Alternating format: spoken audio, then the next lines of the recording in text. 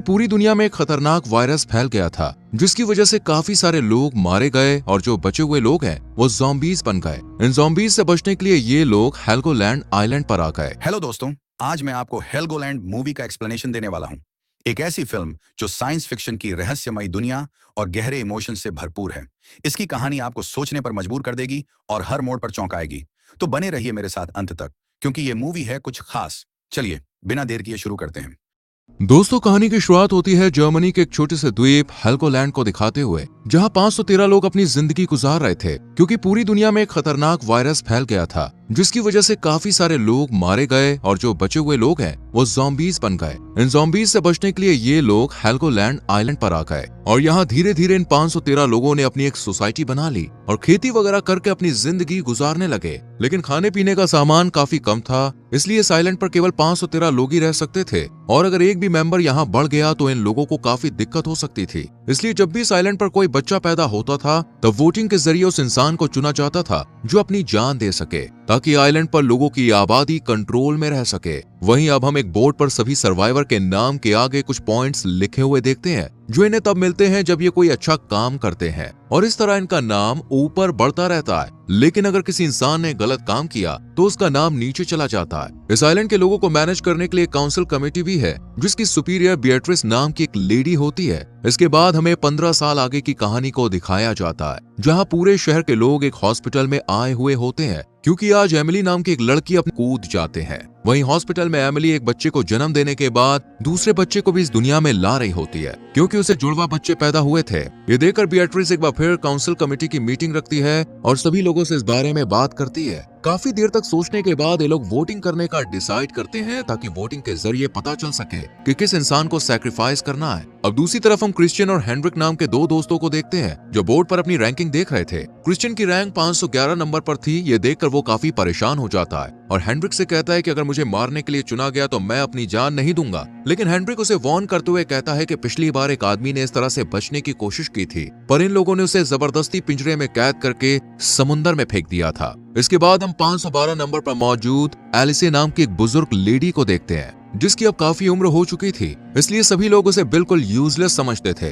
वही सबसे आखिरी पोजीशन यानी 513 रैंक पर जिस शख्स का नाम होता है वो था इटियन, जो कि एक वर्कर है और उसे सब लोगों ने क्रिमिनल घोषित कर दिया। इसके बाद सीन शिफ्ट होता है मारेक और उसके बेटे लाइनस पर। ये दोनों एक लैब में उसी वायरस की वैक्सीन बनाने की कोशिश कर रहे थे। वहीं दूसरी तरफ हम जूडिथ नाम की एक लेडी को देखते हैं जो यहाँ के अथॉरिटीज में से एक थी। कुछ देर के बाद वो मारेक के साथ शहर के सभी लोगों को दवाइयाँ देने के लिए जाती है और जब ये दोनों एटियन के घर पहुँचते हैं तब इन्हें देखकर एटियन की वाइफ लीसा जूडिथ पर गुस्सा करने लगती है और उससे कहती है कि उसकी वजह से एटियन जैसा एक हार्ड वर्किंग इंसान लिस्ट में आखिरी रैंक पर आया है और इसलिए इन्हें सजा के तौर पर राशन भी कम मिलता है। ये सुनकर जूडिथ उसे जवाब देते हुए कहती है कि एटियन ने दवाई चोरी की थी इसलिए उसे क्रिमिनल माना गया है। लेकिन लीसा उसे समझाने की कोशिश करती है कि वो सिर्फ मेरे लिए दवाई चोरी कर रहा था क्योंकि डॉक्टर ने उसे दवा देने से मना कर दिया था। इसके बाद सीन शिफ्ट होता है एमिली पर जो अपने कमरे में सो रही थी। तभी यहाँ एलिसी आकर चुपचाप उसके बच्चे को उठाकर अपने साथ ले जाने लगती है पर तभी एमिली की आंख खुल जाती है और वो जल्दी से उससे अपना बच्चा छीन लेती है क्योंकि उसे लग रहा था कि एलिसे वोटिंग के चक्कर में उसके बेबी को नुकसान पहुंचाना चाहती है पर वो उससे कहती है कि मैं ऐसा कभी नहीं करूंगी।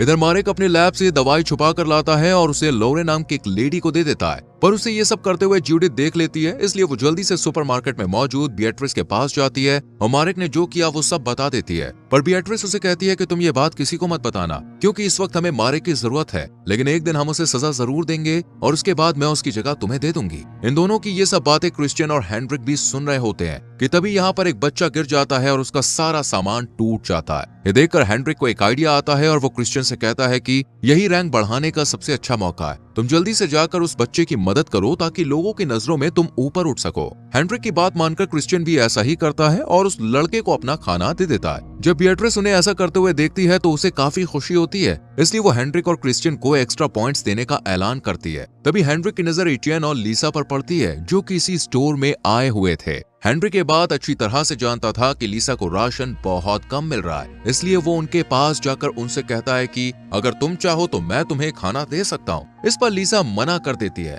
लेकिन पीछे खड़ी बेatrice इनकी बातें सुन लेती है और वो हेनरिक पर काफी गुस्सा करती है। यहाँ पर हमें पता चलता है कि असल में हेनरिक बेatrice का ही बेटा है। इसके बाद हम पीटर नाम के एक पेशेंट को मारेक की लैब में देखते हैं, जिसे जबरदस्ती बाहर की दुनिया से यहाँ पर एक्सपेरिमेंट के लिए लाया गया था और उस पर अलग अलग वैक्सीन्स का एक्सपेरिमेंट चल रहा था। वहीं दूसरी तरफ हेनरिक लीसा के पास जाकर उसे कुछ खाना ऑफर करता है और बदले में इंटीमेट होने के लिए कहता है, पर वो इसके लिए मना कर देती है। लेकिन हेनरिक फिर भी उसकी तरफ बढ़ने लगता है। तभी अचानक सायरन बज जाता है और उसे लीसा को छोड़कर बॉर्डर की तरफ भागना पड़ता है, क्योंकि वो एक सोल्जर है। यहाँ पर हम देखते हैं कि कुछ लोग आइलैंड में घुसने की कोशिश कर रहे हैं, जिन्हें सोल्जर्स की लीडर मिया वापस लौटने को कहती है, पर वो उसकी एक बात नहीं मानते और बैरियर काटने लगते हैं। और ये देखकर मिया एक आदमी को शूट कर देती है और फिर सभी लोग वापस जाने लगते हैं। लेकिन हेनरिक अपने मजे के लिए एक एक करके सभी को शूट कर देता है। अब वोटिंग का दिन आ जाता है और सभी लोग एटीएन के खिलाफ वोट करते हैं, यानी अब उसे अपनी जान देनी होगी। पर लीसा ऐसा बिल्कुल नहीं चाहती थी, इसलिए वो हॉल में बैठे हुए सभी लोगों से कहती है कि मेरा हस्बैंड बेगुनाह है, बस वो तो मेरे लिए दवाइयां ला रहा था। साथ ही इस बात का भी खुलासा करती है कि उसने हेनरिक को मारने के लिए वोट किया था, क्योंकि उसने खाने के बदले लीसा के साथ इंटीमेट होने की बात कही थी। ये सुनकर हॉल में जितनी भी लेडीज मौजूद होती हैं, वो हेनरिक के खिलाफ बोलने लगती है। इसलिए बेatrice को ना चाहते हुए भी हेनरिक को आइलैंड से निकालना पड़ता है। इसके बाद सीन शिफ्ट होता है लैब पर, जहां ज्यादा एक्सपेरिमेंट की वजह से अब पीटर की मौत हो चुकी थी। ये देखकर मारेक को काफी बुरा लगता है और वो उसकी डेड बॉडी को जलाने के बाद अपने घर आ जाता है। यहाँ उसका बेटा लाइनस उससे मिया की टीम के साथ मेनलैंड यानी बाहर की दुनिया में जाने के लिए कहता है, पर मारेक इसके लिए मना कर देता है। लेकिन लाइनस उसकी एक नहीं सुनता और अगले ही दिन कुछ सोल्जर्स के साथ बायो सूट पहनकर उनकी बोट पर चला जाता है। अब उनके साथ हेनरिक भी था, जिसे ये लोग सजा के तौर पर बाहर छोड़ने के लिए जा रहे थे। और कुछ देर के बाद ये मेनलैंड पर भी पहुंच जाते हैं, जिसके बाद एक सोल्जर हेनरिक से कहता है कि वह बोट से उतरकर नीचे चला जाए, पर वो ऐसा करने के लिए तैयार नहीं था। ये देखकर हांस नाम का एक सोल्जर गुस्से में उसे एक जोरदार मुक्का मारता है, क्योंकि उसकी बहन के साथ भी हेनरिक ने गलत काम किया था, और फिर वो जल्दी से यहाँ से भाग जाता है। दूसरी तरफ आइलैंड पर बेatrice अपनी एक एम्प्लॉय के साथ वाटर सप्लायर के एक चीफ इंजीनियर से मिलने के लिए जाती है, क्योंकि पानी का मीटर खराब हो चुका था। बेatrice जब उस इंजीनियर से बात कर रही होती है, तब उसकी एम्प्लॉय की नजर एक रेडियो पर पड़ती है, जिसे देखकर वो थोड़ी हैरान हो जाती है, क्योंकि इस आइलैंड पर रेडियो रखना इल्लीगल था।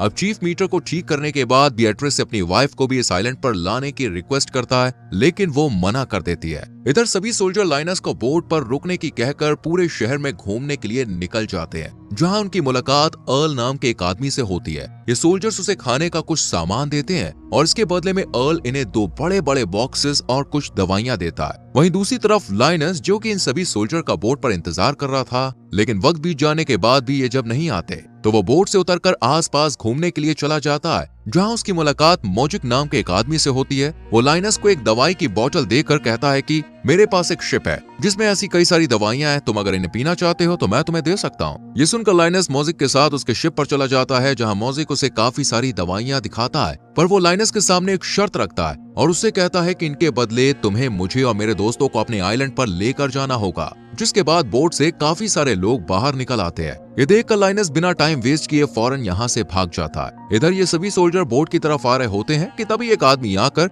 एक सोल्जर पर अटैक कर देता है, लेकिन सही वक्त पर बाकी सोल्जर उसे शूट करके मार देते हैं और किसी तरह बोट तक पहुंच जाते हैं। पर यहाँ लाइनस मौजूद नहीं होता है। इससे पहले कि ये उसे ढूंढ पाते, काफी सारे सिटीजन इनकी तरफ आने लगते हैं, जिस वजह से ये लोग लाइनस को लिए बिना ही फौरन यहाँ से निकलने लगते हैं। पर बोट की आवाज सुनकर लाइनस जल्दी से शिप से बाहर निकल आता है और भागते हुए बोट पर कूद जाता है, पर उसके पीछे पीछे मोजिक भी आ जाता है, जो बोट पर चढ़ने की कोशिश करता है, लेकिन सोल्जर उसे शूट करके मार देते हैं। कि तभी उनकी नजर लाइनस के सूट पर जाती है, जो कि अब फट चुका था। उसके फटे हुए सूट को देखकर सोल्जर्स को लगता है कि कहीं वो इन्फेक्टेड ना हो गया हो, इसलिए वो उसे एक इंजेक्शन देकर यहीं बेहोश कर देते हैं और आइलैंड पर वापस लाने के बाद उसे लैब में क्वारंटीन कर देते हैं। इसके बाद यहाँ मारेक अपने बेटे से मिलने के लिए आता है। तब लाइनस उसे मोजिक द्वारा दी गई दवाई दिखाता है और उसे जो कुछ भी शिप पर हुआ वो सब बता देता है। ये सुनकर मारेक जल्दी से उस दवाई को टेस्ट करता है और उसे पता चलता है कि ये असली वैक्सीन है। इसलिए वो बेatrice के पास जाकर उसे दोबारा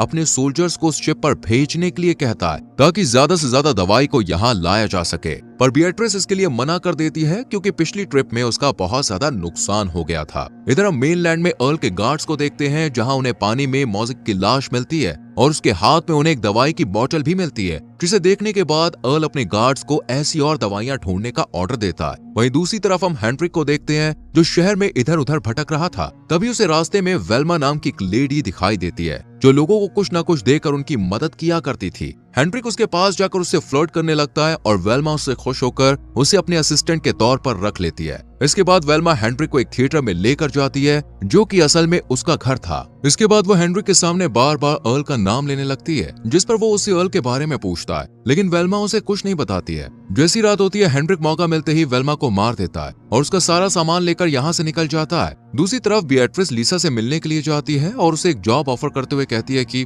अगर तुम मुझे इस शहर की सारी जानकारी लाकर दोगी तो इसके बदले मैं तुम्हें और तुम्हारे हस्बैंड को एक अच्छी जिंदगी दे सकती हूँ। ये सुनकर लीसा बहुत ज्यादा खुश हो जाती है और इस जॉब के लिए मान जाती है, पर असल में ये सिर्फ बिएट्रिस का एक प्लान था। इधर लैब में लाइनस की जगह अब जूडिथ को काम में लगा दिया जाता है और जब वो अर्ल के द्वारा दिए गए उन 2 बड़े बॉक्सेस को खोल कर देखती है तो उसमें एक आदमी और एक लेडी को कैद करके रखा गया होता है जिन पर अब मारेक वैक्सीन का एक्सपेरिमेंट करने वाला था। इससे पहले कि वो कुछ कर पाता यहाँ लैब में एक सोल्जर की डेथ हो जाती है और उसके पूरे शरीर पर लाल निशान बन जाते हैं, यानी वो वायरस से इन्फेक्टेड हो चुका था। वहीं जब लाइनस अपनी बॉडी को देखता है तो उसे भी सेम वैसा ही निशान नजर आते हैं जिन्हें देखकर वो बहुत ज्यादा डर जाता है, लेकिन इसके बारे में किसी को नहीं बताता है। इसके बाद हम काउंसिल की एक मीटिंग को देखते हैं जहां बिएट्रिस उस पेशेंट की मौत का जिम्मेदार मिया को ठहराते हुए कहती है कि उसने अपनी टीम को सही तरह से प्रोटेक्ट नहीं किया था, इसी वजह से वो सोल्जर इन्फेक्टेड हो गया। इसलिए बिएट्रिस उसके 100 पॉइंट्स कम कर देती है और उसे सजा के तौर पर जेल में काम करने के लिए भेज दिया जाता है। तभी इसी हॉल में मौजूद लोला की बेटी फियोना अचानक खांसने लगती है जिसे देखकर सभी को लगता है कि शायद वो भी वायरस से इन्फेक्टेड हो गई है, इसलिए सभी लोग यहाँ से भाग जाते हैं। पर असल में फियोना प्रेग्नेंट थी लेकिन उसकी अभी तक शादी नहीं हुई थी, इसलिए उसके बच्चे को इल्लीगल माना जाएगा। इसी डर की वजह से वो अपने बॉयफ्रेंड टॉम के पास जाती है, पर टॉम उसे वादा करते हुए कहता है कि वो उसका और उसके होने वाले बच्चे का ख्याल रखेगा। जिसके बाद हमें लैब का सीन दिखाया जाता है जहां एक्सपेरिमेंट की वजह से अब उन दोनों पेशेंट्स की हालत बहुत ज्यादा खराब हो रही थी और इन्हें देखकर मारेक जूडी से कहता है कि हमारे पास ज्यादा वक्त नहीं है, इसलिए हमें जल्द से जल्द वैक्सीन बनानी ही होगी। इधर आइलैंड पर अर्ल अब मॉजिक के लोगों से मिलता है और उन्हें इसकी बॉडी दिखाकर कहता है कि इसे आइलैंड के लोगों ने मारा है। अगर तुम लोग मुझे दवाई के बारे में बता दोगे तो मैं तुम सबकी जिंदा रहने में मदद करूंगा। ये सुनकर स्पार्क नाम का एक आदमी आगे आता है और अर्ल से कहता है कि मैं तुम्हारी हेल्प करने के लिए तैयार हूँ, पर इसके बदले तुम्हें मुझे आइलैंड पर लेकर जाना होगा। कुछ देर सोचने के बाद अर्ल इसके लिए राजी हो जाता है। दूसरी तरफ मारेक जेल में मिया से मिलने के लिए जाता है और उससे कहता है कि मैं तुम्हारी जेल की सजा को कम करा सकता हूँ, लेकिन इसके बदले मैं चाहता हूँ कि तुम मेनलैंड पर जाकर उस शिप से वो वैक्सीन लेकर आओ। लेकिन मिया इस काम को करने के लिए मना कर देती है। इसके बाद हम हेनरिक को देखते हैं जिसे मेनलैंड पर कैनिबल की एक गैंग पकड़ लेती है, पर हेनरिक अपनी जान बचाने के लिए झूठ बोलते हुए कहता है कि वो अर्ल के लिए काम करता है। ये सुनकर कैनिबल गैंग उसे अर्ल से मिलवाने के लिए ले जाते हैं, पर अर्ल तो उसे जानता भी नहीं था, इसलिए वो हेनरिक को मारने वाला ही होता है कि तभी वो जोर से चीख कर कहता है कि मैं बिएट्रिस का बेटा हूँ और गलती से यहाँ पे आ गया हूँ। इसके बाद वो अर्ल को वेल्मा की मौत के बारे में बताता है कि वो वायरस की वजह से मारी जा चुकी है, लेकिन अर्ल पहले से ही सारी सच्चाई जानता था, इसलिए वो हेनरिक से कहता है कि तुम्हें आइलैंड से निकाला गया था और वेल्मा की मौत की वजह वायरस नहीं बल्कि तुम हो, तुमने उसकी जान ली है। ये सुनकर हेनरिक के पसीने छूट जाते हैं क्योंकि वो समझ चुका था कि उसके साथ बहुत बुरा होने वाला है, इसलिए वो अपनी जान बचाने के लिए आइलैंड के सभी सीक्रेट्स और डोर्स के बारे में अर्ल को बता देता है, जिससे खुश होकर वो हेनरिक को मारने का इरादा कैंसिल कर देता है। वहीं अब हम एक काउंसिल मीटिंग को देखते हैं जहां वाटर सप्लायर के इंजीनियर की वाइफ काइसो का इंटरव्यू लिया जाता है क्योंकि उसे दवाइयों के बारे में बहुत ज्यादा जानकारी थी। लेकिन तभी कमेटी मेंबर्स को पता चलता है कि एक दूसरी कैंडिडेट ने भी इंटरव्यू के लिए अप्लाई किया है जिसका नाम जेनियला है। जेनियला असल में एक सर्जन है, इसलिए कमेटी मेंबर काइसो की जगह जेनियला को सिलेक्ट करते हैं और फिर उसे इस आइलैंड पर बुलाया जाता है, पर उसकी शिप में दूसरी गैंग के 2 लोग छुप कर आ जाते हैं। इधर अपनी वाइफ को सिलेक्ट ना होता देख इंजीनियर को बहुत बुरा लगता है, इसलिए वो मेनलैंड पर जाने का फैसला करता है, लेकिन बिएट्रिस उसे ऐसा करने से मना कर देती है क्योंकि वो पूरे आइलैंड पर इकलौता इंजीनियर था जो वाटर सिस्टम को ठीक कर सकता था। दूसरी तरफ अब इटियन को बिएट्रिस की मदद से विंड मिल में नई जॉब मिल जाती है जहाँ काम करने के दौरान उसे एक शराब की बोतल मिलती है जिसे वो अपने बॉस को दे देता है, जिसके बाद बॉस उस बोतल की सारी शराब पी लेता है और नशे की हालत में ही काम करने के लिए चला जाता है। इतने में ही यहाँ इंजीनियर भी हाथ में हथौड़ा लेकर आ जाता है और गुस्से में विंड मिल की सभी मशीनों को तोड़ने लगता है। ये देखकर बॉस जल्दी से उसे रोकने के लिए सीढ़ियों से ऊपर जाने की कोशिश करता है, पर तभी उसका पैर फिसल जाता है और उसका पैर टूट जाता है। जिसके बाद उसे इलाज के लिए हॉस्पिटल में लाया जाता है और फिर मारेक उसकी सर्जरी करता है। पर सर्जरी के दौरान उसकी नजर डेनियला पर पड़ती है तो वो देखता है कि वो बहुत ज्यादा घबरा रही है, इसलिए वो इसकी वजह पूछता है। तब डेनियला उसे बताती है कि वो कोई सर्जन नहीं है, बस उसने ये सब किताबों में पढ़ा था। साथ ही वो मारेक से ये भी कहती है कि उसे पता है कि लाइनस इन्फेक्टेड है और इसलिए वो उसकी मदद भी करना चाहती है, पर मारेक उसकी सच्चाई किसी को ना बताए। इससे पहले कि मारेक कुछ कह पाता, यहाँ जूडिथ आ जाती है और उसने इन दोनों की सारी बातें सुन ली थी, इसलिए वो मारेक से कहती है कि मैं अब लाइनस के बारे में सबको बता दूंगी कि वो इन्फेक्टेड है। लेकिन तभी डेनियला पीछे से उस पर अटैक करके उसे मार देती है, जिसके बाद मारेक और डेनियला मिलकर उसकी लाश को पानी में फेंक देते हैं। इसके बाद सीन शिफ्ट होता है फियोना पर, जिसका मिसकैरेज हो गया था, और जब मारेक उसे देखने के लिए जाता है तब फियोना की माँ उससे कहती है कि प्लीज तुम इसके बारे में बिएट्रिस को कुछ मत बताना, और इसके लिए मारेक भी मान जाता है। इधर बिएट्रिस जब लैब में जाती है तो उसे दीवार पर एक टूटा हुआ दांत रखा हुआ दिखाई देता है, जिसे देखकर वो समझ जाती है कि ये दांत किसी और का नहीं बल्कि जूडिथ का है। इसलिए वो फौरन मारेक के पास जाती है और उससे जूडिथ के बारे में बात करते हुए कहती है कि वो कहीं गायब हो गई है और मुझे लगता है कि उसे गायब करने के पीछे तुम्हारा ही हाथ है।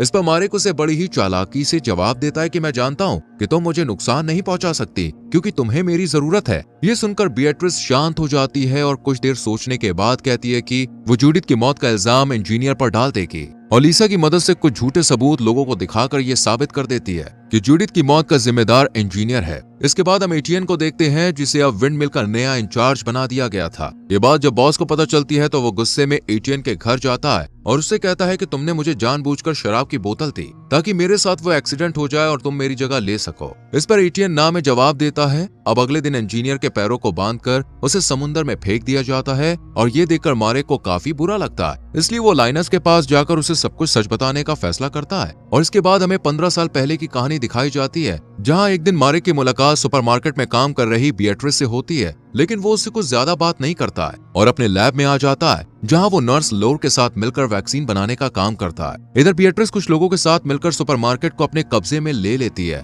और फिर यहाँ की फार्मेसी को भी अपने अंडर में कर लेती है। वहीं उसकी रिपोर्टर लोला उसका वीडियो रिकॉर्ड कर लोगों के सामने यह प्रूव करने की कोशिश करती है कि बिएट्रिस इस आइलैंड का लीडर बनने के लिए एक परफेक्ट कैंडिडेट है, लेकिन वो ये भी अच्छी तरह से जानती थी कि मारेक इस फार्मेसी में काम करता है और उसके रास्ते में आ सकता है, इसलिए बिएट्रिस उसे एक ऑफर देती है कि वो जो चाहे अपनी मर्जी से दवाई बना सकता है, पर वो उसके खिलाफ खड़ा नहीं होगा। मारेक तो उसकी बात मान जाता है, लेकिन आइलैंड पर जो मेयर था वो उसे अरेस्ट करने के लिए अपने अफसर भेज देता है, पर बिएट्रिस बड़ी ही चालाकी से उसे ही फंसा देती है। इसके बाद सीन शिफ्ट होता है मारेक की वाइफ पर, जो कि मेनलैंड पर रहकर वैक्सीन बना रही होती है कि तभी कुछ गुंडे यहाँ पे आकर उसे मार देते हैं। वहीं दूसरी तरफ बिएट्रिस लोर को आइलैंड की आबादी को कंट्रोल रखने के लिए सिर्फ 513 लोगों को ही यहाँ रखने के लिए कहती है। पहले तो लोर इसके लिए मना करती है क्योंकि उन्हें आधे से ज्यादा आबादी को मारना होगा, लेकिन जब बिएट्रिस उसे धमकाती है तो वो इसके लिए राजी हो जाती है और फिर एक एक करके सभी लोगों को वायरस का इंजेक्शन लगाया जाता है और इस तरह कई लोग मारे जाते हैं,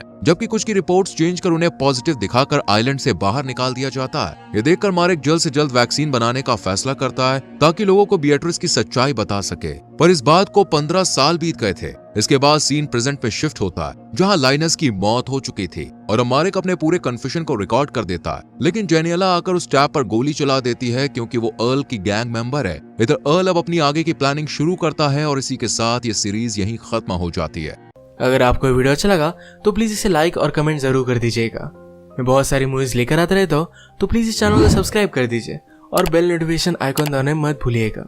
हम फिर से मिलेंगे और एक नई मूवी के साथ, तब तक के लिए थैंक यू और आप अपने आप का ख्याल रखिए।